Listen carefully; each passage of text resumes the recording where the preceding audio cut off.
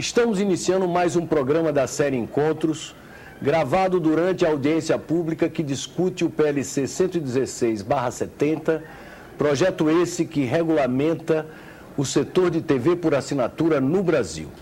O PLC 116, ele tem provocado muita polêmica desde que chegou da Câmara e agora aqui no Senado também. Eu vou entrevistar o Manuel Rangel, diretor-presidente da Agência Nacional de Cinema. Qual é a participação, por que a Ancine está interessada na regulamentação desse setor? A Ancine acompanha a tramitação do PLC 116 desde os seus primórdios na Câmara dos Deputados em 2007. Nós fomos chamados pelos deputados federais e pelos senadores a contribuir com estudos técnicos e com subsídios para a construção desse novo marco regulatório. O PLC 116 constrói um novo marco regulatório para a televisão por assinatura no Brasil. Ao fazê-lo, procura disciplinar questões relativas à entrega do serviço, ou seja, à oferta do serviço de televisão por assinatura na casa dos cidadãos, e, ao mesmo tempo, procura disciplinar questões relativas à distribuição de conteúdo, à produção de conteúdo, à programação de conteúdo. A Agência Nacional do Cinema administra as questões relativas à produção e programação de conteúdo no Brasil. Trabalha com a regulação e o fomento à produção brasileira e às empresas brasileiras que atuam na produção e programação. Por essa razão, nós temos procurado subsidiar os debates do PLC 116 e temos procurado contribuir para que o Brasil possa ter um marco regulatório moderno, avançado, que permita a oferta de um serviço de maior qualidade, a preços mais baixos e que chegue ao conjunto das casas dos cidadãos. A Ancine está satisfeita com a versão que chegou ao Senado e que está sendo discutida neste momento? Olha, o PLC 116 é uma matéria muito complexa. Viveu ao longo dos últimos 4 ou 5 anos debates intensos na Câmara, no Senado. Só no Senado Federal foram 5 audiências públicas antes da que foi realizada recentemente.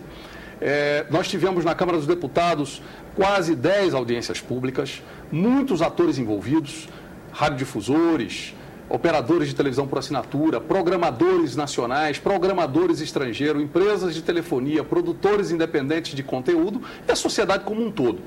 Portanto, é muito difícil construir uma lei que agrade 100% a todos os agentes envolvidos. Nós entendemos que o PLC 116 conseguiu chegar a um tênue equilíbrio, a um texto que resolve as questões principais que estão postas. E quais são elas? Abertura do mercado de televisão por assinatura para que mais competidores atuem aí e entreguem o serviço. Através dessa competição, criar condições para que o preço seja reduzido. Através da entrada de novos operadores, permitir mais conteúdo brasileiro na televisão por assinatura, que é algo que os consumidores brasileiros pedem na televisão por assinatura. Os canais de maior audiência ainda hoje são os canais brasileiros na televisão por assinatura e, em geral, os canais de televisão aberta.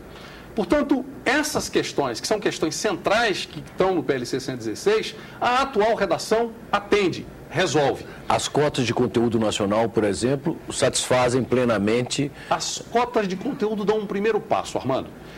As cotas de conteúdo brasileiro que estão no PLC 116 são bastante tímidas, mas elas, diante do que nós temos, são um imenso avanço. Hoje, no Brasil, apenas 1% da programação da televisão por assinatura contida nos canais de filmes, séries, animações, documentários, apenas 1% é conteúdo brasileiro. 1%.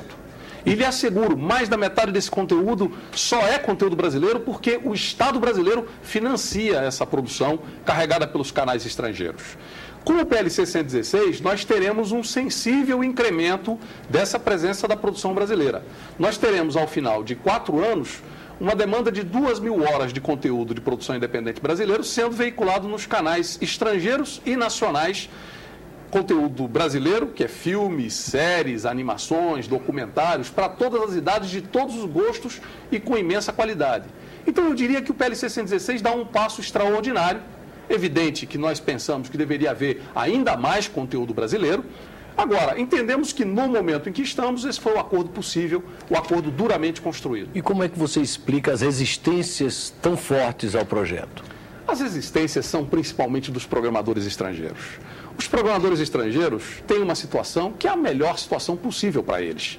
Produzem num único país, distribuem em 150 países de todo o mundo o conteúdo produzido lá, todo ele falado em inglês, todo ele valorizando talentos locais, todo ele mobilizando empresas locais, portanto, drenando riquezas do mundo inteiro para um único país.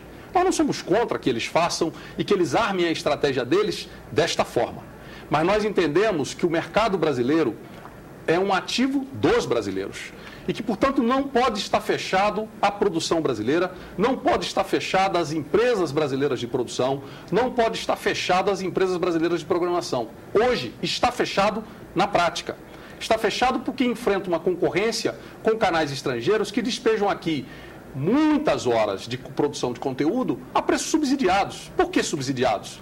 Porque vem de uma escala de distribuição que conta a seu dispor a distribuição em 150 países do mundo. A produção brasileira, ao contrário, só tem o mercado brasileiro para escoar. E mesmo quando faz o esforço de internacionalização, se depara com a barreira que esses próprios canais internacionais fazem em outros países do mundo. O Brasil é um dos poucos países grandes, desenvolvidos, com uma economia forte, que não tem estruturas de proteção ao conteúdo brasileiro na sua televisão, que não tem estímulo de proteção às programadoras brasileiras na sua televisão. Então, o que nós estamos propondo é que o Brasil adote mecanismos como o que o Canadá adotou, como o que a Comunidade Europeia adotou, a Austrália, a Coreia, a Malásia, a África do Sul, aquilo que no passado os próprios Estados Unidos adotou. Os Estados Unidos, durante mais de 30 anos, estabeleceu que apenas 30% da produção poderia ser veiculada, produção própria, poderia ser veiculada num canal de televisão. Ou seja, o canal não poderia produzir mais do que 30%. Para induzir a produção independente. Para induzir a produção independente. Para induzir que houvesse pluralidade de opiniões.